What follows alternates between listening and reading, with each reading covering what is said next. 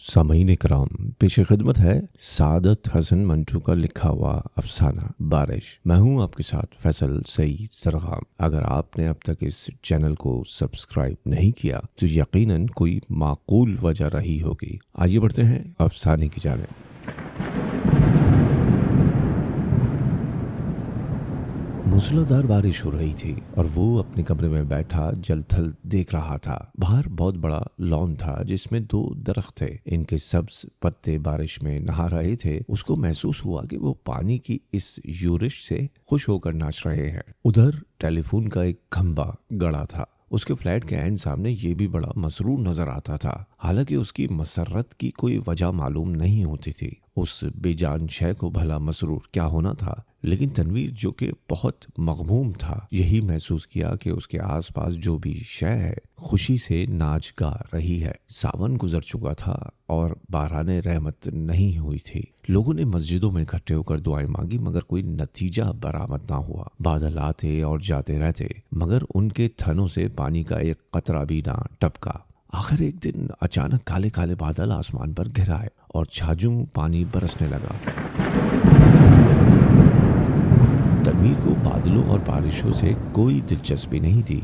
उसकी जिंदगी चटियल मैदान बन चुकी थी जिसके मुंह में पानी का एक कतरा भी किसी ने ना टपकाया हो। 2 बरस पहले उसने एक लड़की से जिसका नाम सुरैया था मोहब्बत करना शुरू की, मगर यकतरफा मोहब्बत थी। सुरैया ने उसे दरख्वार एतना ही न समझा। सावन के दिन थे, बारिश हो रही थी। वो अपनी कोठी से बाहर निकला, जांगिया पहनकर कि नहाए और बारिश का लुत्फ उठाए। आम बाल्टी में पड़े थे। वो अकेला बैठा इन्हें चूस रहा था कि अचानक उसे चीखें और कैकहे सुनाई दिए। उसने देखा कि साथ वाली कोठी के लॉन में 2 लड़कियां बारिश में नहा रही हैं और खुशी में शोर मचा रही हैं। उसकी कोठी और साथ वाली कोठी के दरमियान सिर्फ एक झाड़ियों की दीवार हाइल थी। तनवीर उठा, आम का रस चूसते हुए वो बाड़ के पास गया और गौर से उन लड़कियों को देखने लगा।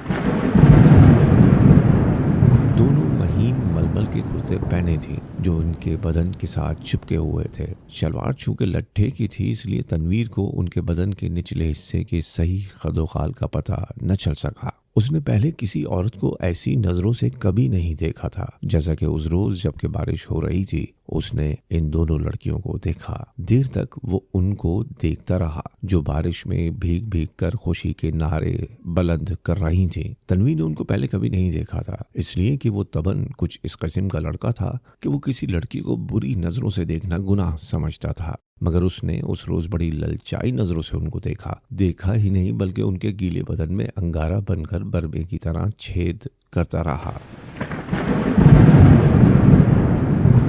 तनवीर की उम्र उस वक्त 20 बरस के करीब होगी। ना तजर्बेकार था। जिंदगी में उसने पहली मर्तबा जवान लड़कियों के शबाब को गीली मलमल में लिपटे देखा तो उसने यूं महसूस किया कि उसके खून में चिंगारियां दौड़ रही हैं। उसने उन लड़कियों में से एक को मुंतखब करना चाहा। देर तक वो गौर करता रहा। एक लड़की बड़ी शरीर थी, दूसरी उससे कम। उसने सोचा शरीर अच्छी रहेगी जो उसको शरारतों का सबक दे सके। ये शरीर लड़की खूबसूरत थी।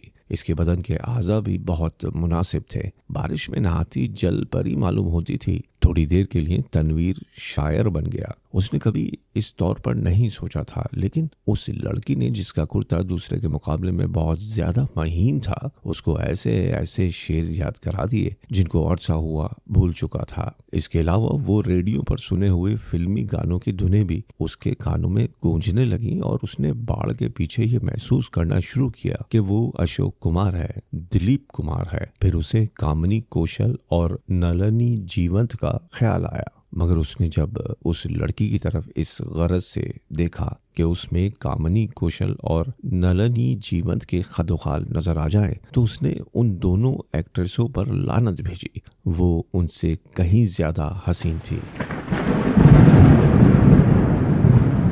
उसके मलमल के कुर्ते में जो शबाब था उसका मुकाबला उसने सोचा कोई भी नहीं कर सकता। तनवीर ने आम चूसने बंद कर दिए और उस लड़की से जिसका नाम परवीन था इश्क लड़ाना शुरू कर दिया। शुरू शुरू में उसे बड़ी मुश्किलात पेश आई, इसलिए कि उस लड़की तक रसाई तनवीर को आसान नहीं मालूम होती थी। फिर उसे अपने वालिदैन का भी डर था। इसके अलावा उसे ये भी यकीन था कि वो उससे मुल्तफित होगी या नहीं। बहुत देर तक वो इन्हीं उलझनों में गिरफ्तार रहा। रातें जागता, झाड़ियों की पस्त कद झाड़ के पास जाता, मगर वो नजर न आती। घंटों वहां खड़ा रहता और वो बारिश वाला मंजर जो उसने देखा था आंखें बंद करके जहन में दोहराता रहता। बहुत दिनों के बाद आखिर उसको एक रोज उससे मुलाकात का मौका मिल गया। वो अपने बाप की कार में घर के किसी काम की गरज से जा रहा था कि परवीन से उसकी मतभेड़ हो गई।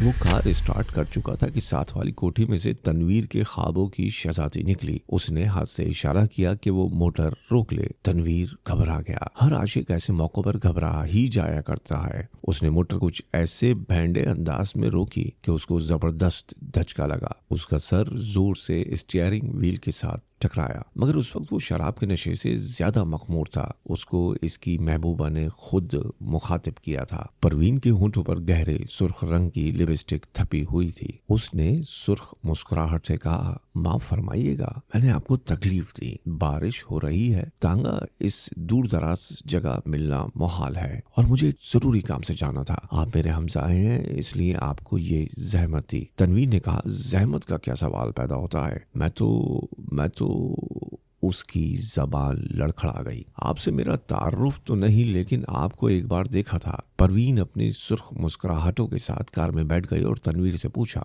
आपने मुझे कब देखा था। तनवीर ने जवाब दिया, आपकी कोठी के लॉन में, जब आप और आपके साथ एक और लड़की बारिश में नहा रही थी। परवीन ने अपने गहरे सुर्ख लबों में से चीखनुमा आवाज निकाली, हाय, आप देख रहे थे।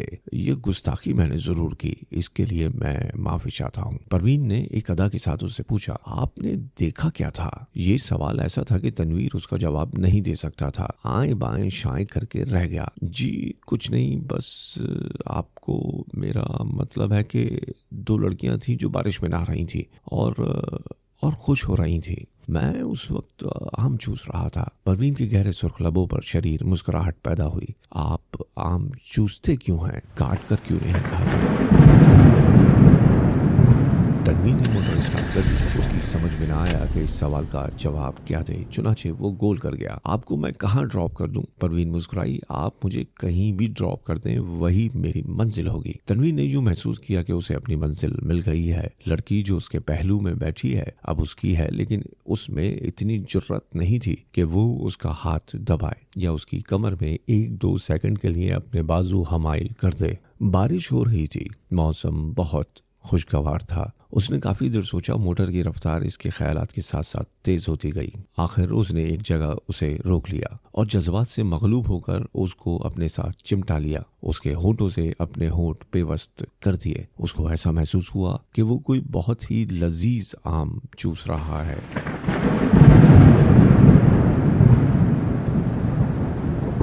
परवीन ने कोई मज़ाहिमत न की, लेकिन फौरन तनवीर को यह एहसास बड़ी शिद्दत से हुआ कि उसने बड़ी नाशाइस्ता हरकत की है और गालिबन परवीन को उसकी यह हरकत पसंद नहीं आई। चुनाचे एकदम संजीदा होकर उसने कहा, आपको कहाँ जाना है। परवीन के चेहरे पर यूं खफगी के कोई आसार नहीं थे, लेकिन तनवीर यूं महसूस कर रहा था जैसे वो उसके खून की प्यासी है। परवीन ने उसे बता दिया कि उसे कहाँ जाना है। जब वो उस जगह पहुंचा तो उसे मालूम हुआ वो रंडियों का चकला है। जब उसने परवीन को मोटर से उतारा तो उसके होंठों पर गहरे लाल रंग की मुस्कुराहट बिखर रही थी। उसने कूल्हे मटका कर ठेठ कस्बियों के अंदाज में उससे कहा, शाम को मैं यहाँ होती हूँ, आप कभी जरूर तशरीफ लाइए। तनवीर जब भौचक्का होकर अपनी मोटर की तरफ बढ़ा तो उसे ऐसा लगा कि वो भी एक कस्बी औरत है जिसे वो हर रोज चलाता है। उसकी लाल बत्ती लिपस्टिक है जो परवीन ने होठों पर थपी हुई थी। वो वापस अपनी कोठी चला आया। बारिश हो रही थी और तनवीर बेहद मगमूम था। उसको ऐसा महसूस हुआ कि उसकी आंखों के आंसू बारिश के कतरे बनकर टपक रहे हैं।